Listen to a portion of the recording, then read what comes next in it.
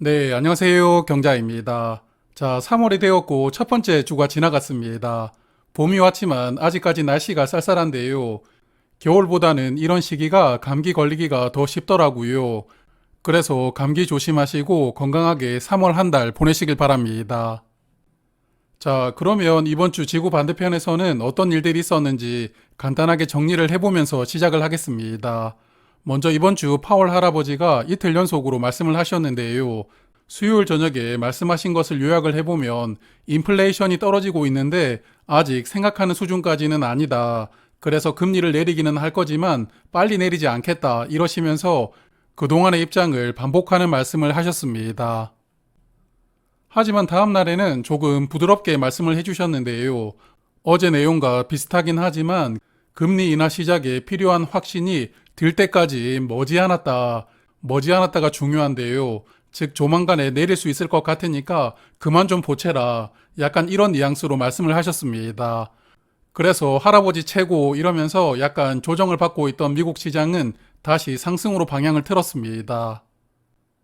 그리고 금요일에 발표된 미국 실업률도 3.9%로 예상치였던 3.7%보다 약간 상회하는 결과가 나왔는데요.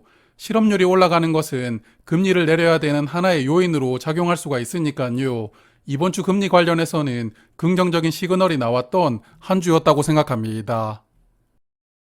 자, 그리고 지구 저쪽으로 반대편인 유럽에서는 이번 주 금리 결정이 있었는데요.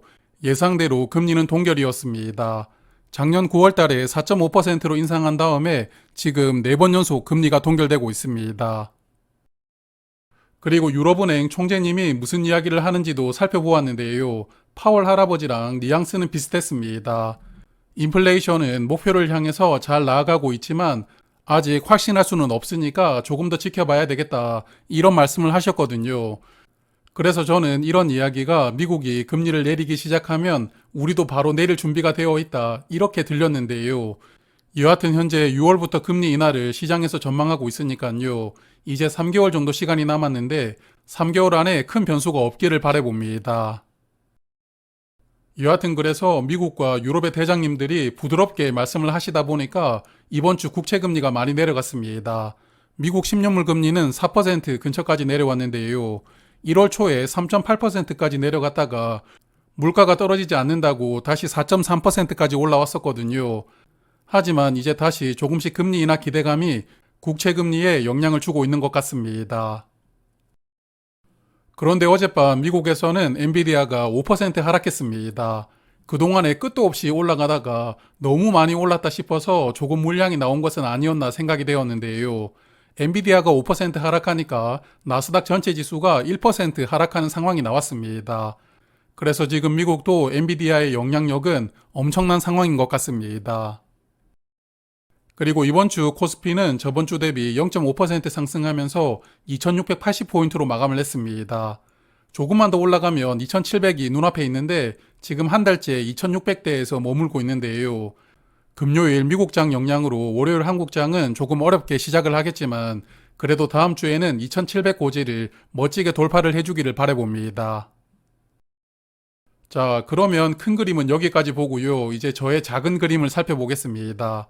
이번 주도 매수만 했는데 먼저 디엔 오토모티브가 주가가 쭉쭉 떨어졌거든요. 그래서 생각하는 가격에서 10주씩 추가 매수를 하다 보니까 이번 주에 총 30주를 매수를 했습니다.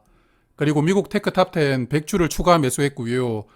미국 배당 다우존스는 매달 30주씩 적립식으로 모아가고 있는데 지금까지는 환해지 종목을 모았지만 이번 달부터는 환노출로 매수를 시작하였습니다. 원래 계획은 환해지 종목인 솔 미국 배당 다우존스를 꾸준하게 매수하다가 환율이 1250원 아래로 오면 환노출로 바꿀 계획이었습니다. 하지만 환율이 생각보다 빨리 떨어지지 않고 있는데요. 그래서 지금 환해지 500주를 보유하고 있는데 이 500주는 환율이 1300원 아래로 내려오면 매도를 하고 환노출로 변경할 생각입니다. 그리고 미국 배당 3총사 중에 타이거를 매수한 이유는 수수료가 가장 저렴하기 때문입니다. 제가 어제 금융투자협회에 들어가서 다시 비교를 해보았는데요. 에이스와 솔은 실제 보수가 0.2% 정도 되고 타이거는 0.13%입니다. 그래서 타이거가 수수료가 가장 낮기 때문에 환 노출은 타이거로 모아가 보려고 이번 달에 30주를 매수를 시작했습니다. 자, 그리고 최근에 데리고 온 DN 오토모티브 지금 주봉 차트를 보니까 4주 연속 음봉이 나오고 있습니다. 그래서 생각보다는 더 빠르게 수량을 늘리게 되었는데요. 이번 주 30주 추가 매수하면서 이제 100주를 보유하게 되었습니다. 원래 이 종목 투자를 결정하면서 1차 목표가 120주로 매입 금액이 1000만 원 정도를 생각을 했으니까요. 이제 생각하던 수량이 20주 정도 남았는데요. 마지막으로 물을 탔던 가격이 85,500원이었으니까 주가가 79,500원 이하로 내려온다면 1000원 단위로 10주씩 추가로 매수를 하고 이후에는 조금 관망을 해볼 생각입니다. 자, 그래서 계좌 잔고를 보면 전반적으로 저번 주보다는 조금 더 좋아진 것 같은데요.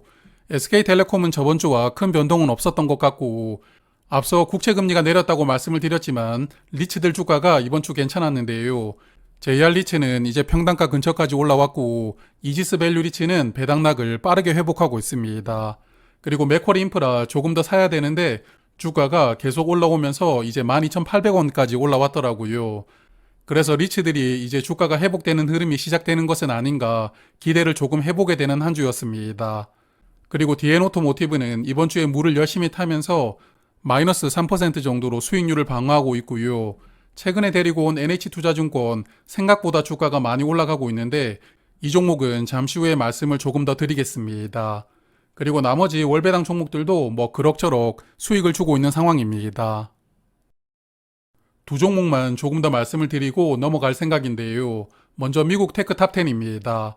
상장한 뒤로 계속 주가는 상승 추세인데요. 그러다 보니까 제가 불타기를 2번 했는데 여하튼 올해 목표 수량이 1000주입니다. 지금 600주를 담고 있으니까 남은 400주도 적절한 타이밍이라고 생각이 될 때마다 100주씩 추가로 담을 계획이고요. 일단 상반기 내에 1000주를 모아볼 생각입니다. 그리고 NH투자증권 우선주도 주가 흐름이 좋습니다. 특히 이번 주에 많이 올랐는데요. 아직까지 배당금하고 기준일은 공시가 되지 않았는데 이러면 아마도 주주총회 임박해서 결정할 가능성이 높을 것 같습니다.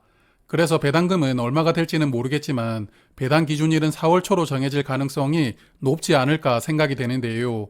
여하튼 공시가 나오면 말씀드리도록 하겠습니다. 자, 그럼 이제는 미국 계좌를 볼 텐데요. 미국 계좌는 한 달에 딱 한 번 매매를 하고 있는데 투자하는 종목이 배당금 나올 때 매수를 하고 있습니다. JPQ와 JPI 이번 주에 배당금이 나왔거든요. 그래서 배당금에다가 조금 더 환전하고 계좌별로 한 주씩 추가로 매수를 하였습니다. 그래서 이제 키움 계좌에서는 29주씩 보유하고 있고 한투 계좌는 32주씩 보유하게 되었는데요. 매달 한 주씩 이렇게 모아가고 있지만 빨간불을 계속 보여주고 있으니까 은근히 투자하는 재미가 있습니다. JPQ는 6월 배당금이 세금을 제외하고 0.32달러였고요. JPI는 0.26달러였습니다. JPQ는 평균과 비슷하게 나왔지만 JPI는 이번 달에도 평균보다 조금 적게 들어왔는데요. 1월과 2월 배당금이 조금 아쉽습니다. 그래서 JPQ는 현주가 기준으로 배당률이 세금을 제외하고 7.5%이고요. JPI는 6.4%입니다. 자, 그리고 다음 주부터는 미국장 투자하는 분들에게 희소식이 있습니다. 바로 서머타임이 시작되면서 장 시작되는 시간이 10시 30분으로 1시간 당겨집니다. 저는 잠들기 전에 미국장이 어떻게 시작하는지를 보고 잠이 드는데 11시 30분에 열릴 때 개인적으로는 조금 늦은 시간이거든요. 그래서 시작하기 전에 잠드는 경우가 많았습니다. 하지만 이제 10시 반에 열리니까 확인하고 잘 수가 있어서 좋습니다. 그리고 다음 주는 주목해볼 지표가 아무래도 CPI 지수인데요. 3월 12일 화요일 저녁에 발표가 됩니다. 물가 하락 신호가 나와야 지금 시장이 예상하는 것처럼 6월부터 금리 인하를 시작할 수가 있을 테니까요. 다음 주 투자일기에서는 이 내용을 조금 정리하고 말씀을 드리도록 하겠습니다. 자, 그러면 오늘은 여기까지 말씀드리고요. 다음 주 주말에 다시 뵙도록 하겠습니다. 고맙습니다.